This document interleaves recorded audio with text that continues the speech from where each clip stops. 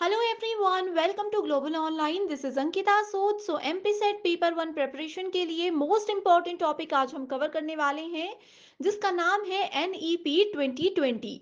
सो आप देख सकते हो, NEP का मतलब होता है नेशनल एजुकेशन पॉलिसी, यानी कि राष्ट्रीय शिक्षा नीति. इस टॉपिक में से ज़रूर आप लोगों को क्वेश्चन एग्जाम में देखने को मिलेगा. सो इस वीडियो में मैं आप लोगों को MCQs की मदद से ये सारे टॉपिक्स क्लियर कर दूंगी, एंड उसके साथ ही स्टूडेंट्स, आप लोगों को एक क्लियर आइडिया भी हो जाएगा कि इस टॉपिक में से एग्जैक्टली किस तरीके से क्वेश्चंस पूछे जाते हैं. तो आप सभी स्टूडेंट्स इस वीडियो में एंड तक जरूर बने रहिएगा. सो स्टूडेंट्स, अगर आप भी एमपी सेट एग्जामिनेशन को क्वालिफाई करना चाहते हो तो आपको पेपर वन पर ध्यान देने की जरूरत है, क्योंकि ये आप लोगों को अच्छा स्कोर करने में मदद करता है. एंड इसके प्रिपरेशन के लिए कंप्लीट कोर्स हमने लॉन्च किया है, जो कि एग्जाम के पैटर्न और लेवल के हिसाब से बनाया गया है. आप सभी को पता है कि एग्जाम पोस्टपोन हो चुका है, सो आप सभी की तैयारी के लिए ये कंप्लीट कोर्स एक बेस्ट ऑप्शन है, जिसमें हम आपको full syllabus video lectures provide करवाते हैं, जिसमें हर एक चीज को आपको बहुत ही ज्यादा इजी लैंग्वेज में स्मार्ट एंड शॉर्ट ट्रिक्स के साथ बताया जाता है, ताकि आप लोगों का एग्जाम बहुत इजीली क्वालिफाई हो जाए. साथ ही आपको फुल सिलेबस नोट्स हम प्रोवाइड करवाते हैं. ये नोट्स आपको पीडीएफ के फॉर्मेट में मिलते हैं, जिसको आप लोग इजीली अपने मोबाइल फोन में भी डाउनलोड करके पढ़ सकते हो. इसमें से आपको एज इट इज क्वेश्चंस भी एग्जाम में देखने को मिलेंगे, तो आप लोग बहुत इजीली, अगर 80 से भी ज्यादा पेपर वन में स्कोर करना चाहते हो, तो आज ही इस कंप्लीट कोर्स को ज्वाइन कर लीजिए. इसमें हम आपको full syllabus mock test provide करवाएंगे. यहाँ से आपकी फाइनल रिवीजन भी हो जाएगी, फाइनल प्रिपरेशन भी हो जाएगी, एंड आपको एक क्लियर आइडिया भी होता रहेगा कि कैसे क्वेश्चंस एग्जाम में पूछे जाते हैं. प्रीवियस ईयर क्वेश्चंस की सीरीज आपको 2000 एमसीक्यूज के अंदर मिलती है, जिसमें कि आपको previous year questions, most repeated और एक्सपेक्टेड क्वेश्चंस मिलते हैं. हर एक क्वेश्चन के आंसर के साथ आपको डिटेल में एक्सप्लेनेशन मिलेगी, ताकि किसी क्वेश्चन में अगर आपको डाउट हो तो आप लोगों के कॉन्सेप्ट्स भी क्लियर होते जाएं. सो गिवन व्हाट्सएप नंबर पर आप इस कोर्स को ज्वाइन करने के लिए कांटेक्ट कर सकते हो, एंड इसके लिए आपको एक ही बार फीस पे करनी है, वो भी सिर्फ 2000 रुपए. इससे पहले फ्री वीडियोस के लिए आपको ग्लोबल ऑनलाइन ऐप भी डाउनलोड करना है. ऐप डाउनलोड करने के बाद स्टोर सेक्शन पर जाकर सर्च बार में लिखना है एमपी सेट. आपके सामने कोर्स का ओवरव्यू आ जाएगा. कंटेंट सेक्शन पर क्लिक करोगे सो आपको दिखेगा यहाँ पर यूनिट वाइज फोल्डर्स है, जो कि आप लोगों के लिए बहुत ही ज्यादा बेनिफिशियल भी है. मॉक टेस्ट यहाँ पर इंग्लिश हिंदी दोनों लैंग्वेजेस में मिल जाएंगे. आप सभी के रिक्वायरमेंट के हिसाब से यहाँ पर हर एक चीज को डिजाइन किया गया है. तो आप आज ही इस फ्री ऐप को डाउनलोड कर लीजिए, एंड गिवन नंबर्स पर कांटेक्ट करके इस कोर्स को ज्वाइन भी कर लीजिए. सो पेपर वन प्रिपरेशन के साथ पेपर टू पर भी आपको ध्यान देना बहुत जरूरी है. जिसके प्रिपरेशन के लिए स्टडी मटेरियल हम लेकर आए हैं, जो कि एग्जाम के पैटर्न और डिफिकल्टी लेवल को ध्यान में रखते हुए ही बनाया गया है. स्टडी मटेरियल में आपको पेपर टू के full syllabus notes and MCQs हम देते हैं, जिसमें कि आपको previous year questions, most expected और मोस्ट रिपीटेड क्वेश्चंस की सीरीज मिल जाएगी. एंड इसमें से आपको एज इट इज क्वेश्चंस देखने को मिलेंगे. तो आप सभी स्टूडेंट्स स्क्रीन पर अपने सब्जेक्ट को चेक कीजिए, एंड इन नंबर्स पर कांटेक्ट करके आप इसको ज्वाइन कर सकते हो. इसके लिए फ्लैट 20% ऑफ में आज आपके लिए लेकर आई हूँ, यानी कि सिर्फ 1280 रुपीज में आप स्टडी मटेरियल का बेनिफिट उठा सकते हो. एंड मैं आपको 100% श्योरिटी देती हूँ कि ये आपको इस शॉर्ट पीरियड में भी बहुत हेल्प करेगी एग्जाम क्वालिफाई करने में. 2020 replace what? So national education policy ने एक पुरानी पॉलिसी को बदल दिया. उस पॉलिसी का नाम यहाँ पर पूछा गया है. ऑप्शंस है national education policy 1986, national policy on education 1969, both A and B, या फिर नन ऑफ द अबव. तो इसने रिप्लेस किया था option number one, national education policy 1986. अब यहाँ पर स्टूडेंट्स आप लोग कंफ्यूज हो सकते हो, क्योंकि एग्जाम में कई बार पूछा जाता है एनईपी 1986, या फिर पूछा जाएगा नेशनल पॉलिसी ऑन एजुकेशन 1986. तो ये दोनों ही सेम है, आपको ईयर याद रखना है. सो ईयर को ध्यान में रखोगे, इजीली आपका आंसर सही हो जाएगा. ओके. सो यहाँ पर आपको पता होना चाहिए कि ये पुरानी पॉलिसी कब बनी थी. 1986 में बनी थी. राजीव गांधी जी की अध्यक्षता के दौरान ये पॉलिसी बनाई गई थी. ठीक है. एंड जो नई पॉलिसी है, उस पॉलिसी में बहुत सारे चेंजेस लाए गए हैं समय के हिसाब से. एजुकेशन में जो बदलाव होने चाहिए वो बदलाव आए हैं, लेकिन ये जो पुरानी पॉलिसी थी ये भी बहुत अच्छी थी, एंड इसके भी अभी तक बहुत से रूल्स एंड रेगुलेशन और बहुत सी चीजें इंप्लीमेंट नई पॉलिसी में की गई हैं. Next question is, the new education policy is based on pillars. How many pillars does it have? So national education policy 2020 के कुछ pillars होते हैं जिस पर ये based होती है. कितने pillars हैं ये पूछा गया है.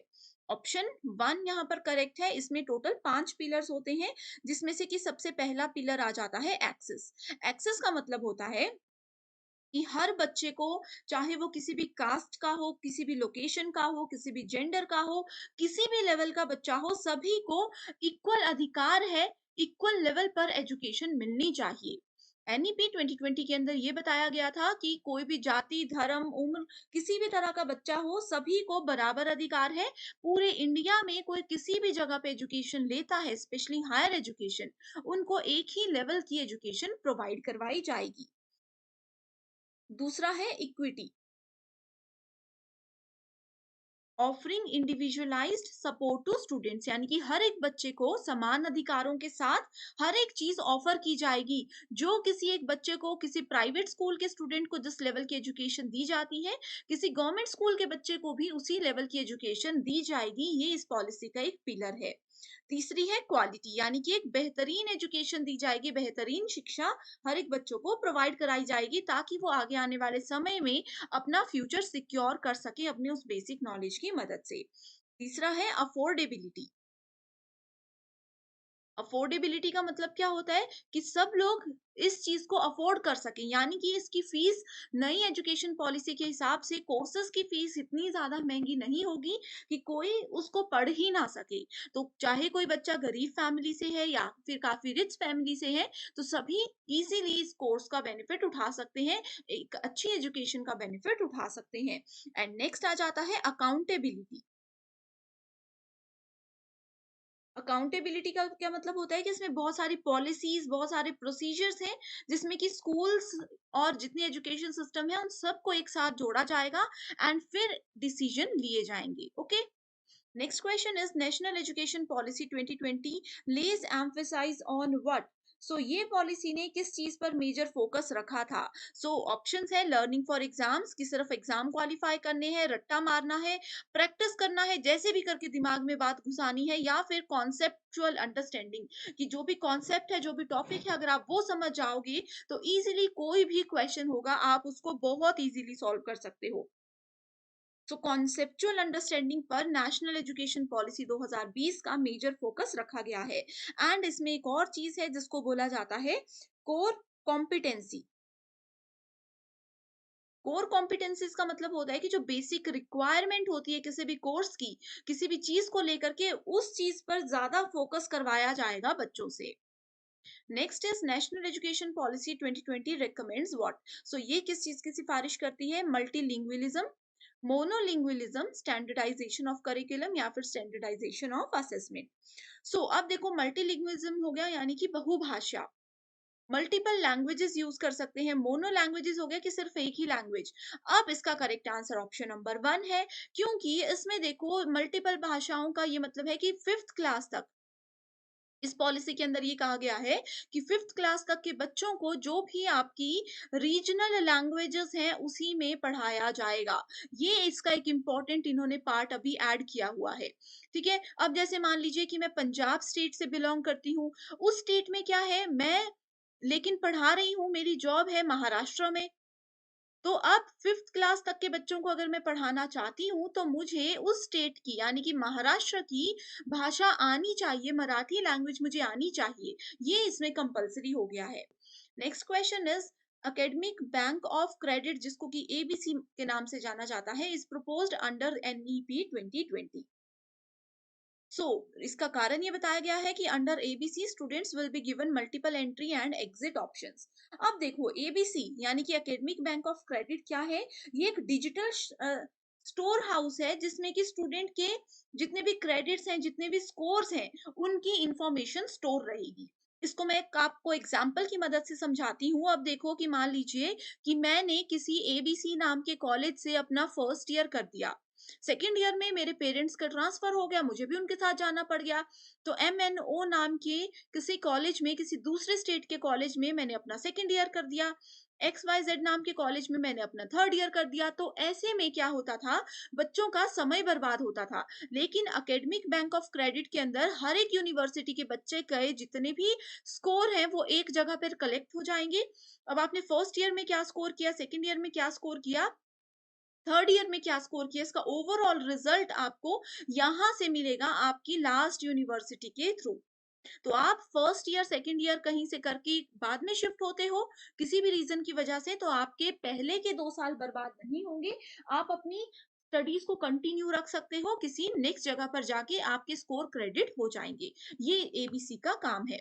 अब इसमें बोला है कि इसको एनईपी 2020 के अंदर लाया गया है। इसका कारण ये बताया गया है कि इस स्कीम के अंडर स्टूडेंट्स को मल्टीपल एंट्री और एग्जिट ऑप्शंस मिल जाएंगे। तो ये क्या है, बिल्कुल बिल्कुल करेक्ट ऑप्शन है।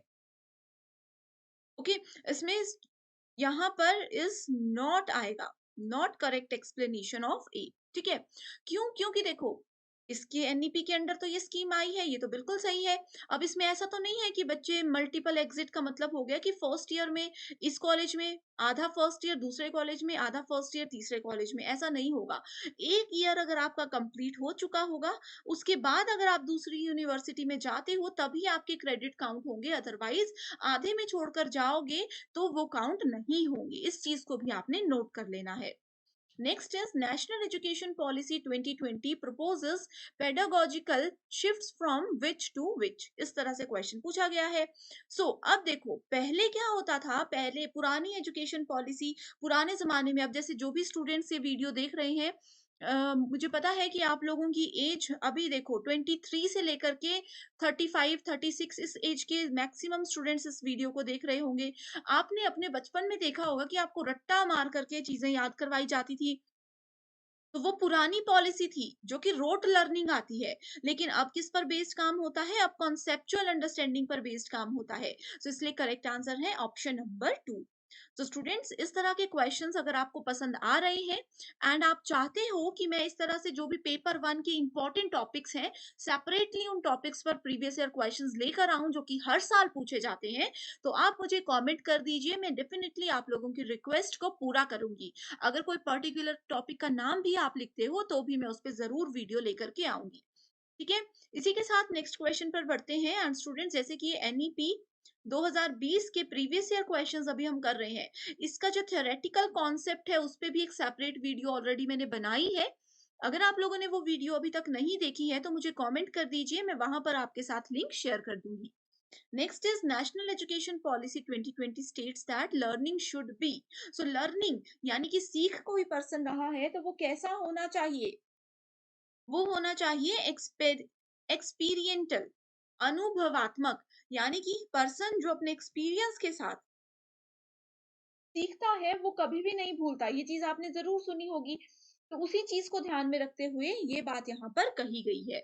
ठीक है, next question is, in the context of assessment, what kind of report card for students has been proposed in National Education Policy 2020? So students, इसमें अगर assessment यानी कि students का मूल्यांकन अगर NEP 2020 के अंदर करना है तो किस तरह का रिपोर्ट कार्ड उनका जनरेट किया जाएगा, ये इस क्वेश्चन में पूछा है।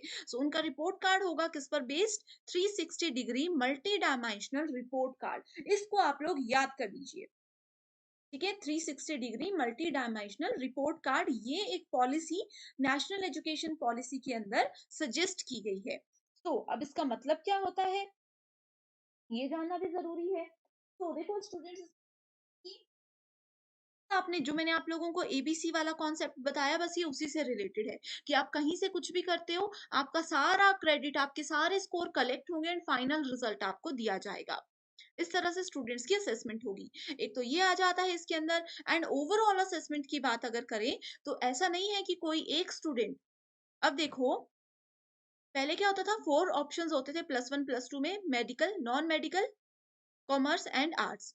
अब जो बच्चा मेडिकल पढ़ेगा वो सिर्फ मेडिकल पढ़ेगा, ऐसा होता था। लेकिन नेशनल एजुकेशन पॉलिसी के अंदर ये भी बात आ गई है कि अगर कोई मेडिकल का student biology, chemistry and physics जो कि इंपॉर्टेंट सब्जेक्ट्स हैं, इन सब्जेक्ट्स के साथ साथ अकाउंट्स और हिस्ट्री भी पढ़ना चाहता है तो वो पढ़ सकता है। इस चीज को बोला गया है 360 डिग्री रिपोर्ट कार्ड। ठीक है, 360 डिग्री कोर्सेज यही है कि आप जो भी सब्जेक्ट चाहो वो आप पढ़ सकते हो। अब ये मेडिकल नॉन मेडिकल वाला कॉन्सेप्ट ही खत्म हो गया है। अब डायरेक्टली आप लोग अपने सब्जेक्ट सेलेक्ट करोगे। जैसे कि मैंने आपको एग्जाम्पल बताया कि मैं इकोनॉमिक्स भी पढ़ना चाहती हूँ, मैं हिस्ट्री भी पढ़ना चाहती हूँ, मैं फिजिक्स के साथ बायो भी पढ़ना चाहती हूँ। इस तरह से पढ़ूंगी तो कोई भी सब्जेक्ट्स है, कोई पर्टिकुलर फील्ड नहीं है, कोई पर्टिकुलर स्ट्रीम नहीं है, एंड ओवरऑल मेरा रिजल्ट इसी पर बेस्ड आ जाएगा। Next is national education policy 2020 emphasise on. देखो सेम क्वेश्चन है लेकिन ऑप्शंस डिफरेंट है। सो इसमें करेक्ट आंसर है flexible multi level activity based learning, यानी कि मल्टीपल एक्टिविटीज में स्टूडेंट्स को एनरोल करवाने के लिए, इन्वॉल्व करने के लिए इसमें मेजर फोकस रखा जाता है। पहले होता था स्टूडेंट्स का फाइनल रिजल्ट आता था सिर्फ उनके स्कोर कर के बेसिस पे कि उन्होंने अपने अपना जो सब्जेक्ट है उसमें कितना स्कोर किया। लेकिन न्यू एजुकेशन पॉलिसी ये बोलती है कि अगर कोई स्टूडेंट ए मैथमेटिक्स में वीक है, क्योंकि मैथ्स में वो सिर्फ 30% स्कोर ले कर आ सकता है, लेकिन गेम्स में वो बहुत अच्छा स्टूडेंट है, वो नेशनल लेवल तक गेम्स खेल कर आ चुका है। सो ऐसे केस में उन बच्चों को गेम्स की ओर फोकस करवाना चाहिए। So multi level activities based learning यहाँ पर होती है कि मेजर फोकस इस चीज पे है कि कोई भी इंडियन है, कोई भी पर्सन जो एजुकेशन ले रहा है, वो एक सक्सेसफुल नागरिक बने, वो एक अच्छी जॉब करे, फिर चाहे वो किसी मैथमेटिक्स की फील्ड में हो या फिर गेम से रिलेटेड हो। Next is National Education Policy 2020 proposes what? So it proposes reduction of content of school curriculum, यानी कि स्कूल में जो भी सिलेबस है ये है उसको कम करने की फोकस किया गया है। Increased flexibility of school curriculum, यानी कि स्कूल के जो पाठ्यक्रम का लचीलापन है, बहुत इजीली है, इजीली एक्सेसिबल है, उस चीज को कम करना है। एम्फोसिस ऑन रोट लर्निंग, रट्टा मारना, emphasis on critical thinking. So correct answer है 1, 2 एंड 4। ठीक है, रूट लर्निंग को यहाँ पर क्या कर रहे हैं, हटा रहे हैं, एंड इसमें बोला है उसको बढ़ावा देना, जो कि बिल्कुल गलत ऑप्शन होगा। नेक्स्ट इज प्राइमरी क्लासेस, जो कि फर्स्ट से लेकर के फिफ्थ क्लास तक होती है, will consist which of the following stages according to NEP 2020। तो अब देखो स्टूडेंट्स, यहाँ पर एक नया कॉन्सेप्ट आता है, अगर आपको नहीं पता होगा। पहले एजुकेशन पॉलिसी में 10+2 आता था कि 10th क्लास तक का बच्चा, एक क्लास से 10th क्लास तक, +1 एंड +2, इस तरह से इस कॉन्सेप्ट को बोला जाता था क्या, 10+2 बेसिक। लेकिन अब इसको बदल दिया गया है, इसको बदल करके इसका नाम रखा गया है 5+3+3+4, ये इसका नाम रख दिया गया है। ठीक है, सो इसमें 5 जो इसमें पूछा गया है फर्स्ट ईयर से लेकर के, सॉरी फर्स्ट क्लास से लेकर के फिफ्थ क्लास तक के बच्चे, तो ये आ जाएंगे आपके प्रेपरेटरी स्टेज में, जो किया जाता है ग्रेड 1 से लेकर के ग्रेड 2 तक। 3 साल का बच्चा, 3 इयर्स प्री स्कूल आ जाते हैं इसमें। ठीक है, देखो इसको मैं ना अच्छे से लिख कर ही आपको बता देती हूँ। एक स्टेज आ जाता है प्रेपरेटरी स्टेज, जिसमें कि प्री स्कूल आंगनवाड़ी आ जाता है। ठीक है, आंगनवाड़ी आ जाता है, उसके बाद इसमें आ जाता है क्लास 1 एंड क्लास 2। उसके बाद दूसरा आ जाता है हमारे पास, सॉरी थोड़ी सी मिस्टेक हो गई है, ये है फाउंडेशनल स्टेज, ये है प्रेपरेटरी स्टेज। ठीक है, प्रेपरेटरी स्टेज आता है क्लास 3 से लेकर के क्लास 5 तक। उसके बाद फिर आ जाता है हमारे पास कौन सा स्टेज, उसके बाद आ जाता है मिडिल स्टेज। ठीक है, सो यहाँ पर ये सारी चीजें आ जाती हैं। तो मिडिल स्टेज आ गया क्लास 6 से लेकर के क्लास 10 तक का। ओके, सो लेकिन यहाँ पर बात की गई है क्लास 1 से क्लास 5 की। So class 1 foundational stage, class 5 preparatory stage, so preparatory and foundational stage, यानी कि option number A and C here is the correct answer. Next question is which of the following has not been promoted by national education policy. So किस चीज को वो promote नहीं करता, कर रहा, वो नहीं कर रहा कंपल्सरी स्पेशल एजुकेशन को। क्यों नहीं कर रहा, क्योंकि नेशनल एजुकेशन पॉलिसी के अंदर उन्होंने ये साफ साफ लिखा है कि इंक्लूसिव एजुकेशन होनी चाहिए, इंक्लूसिव एजुकेशन होनी चाहिए। इसका मतलब क्या है, इसका मतलब है कि स्पेशल बच्चों के लिए कोई स्पेशल क्लासेस या स्पेशल स्कूल्स नहीं बनाए जाएंगे।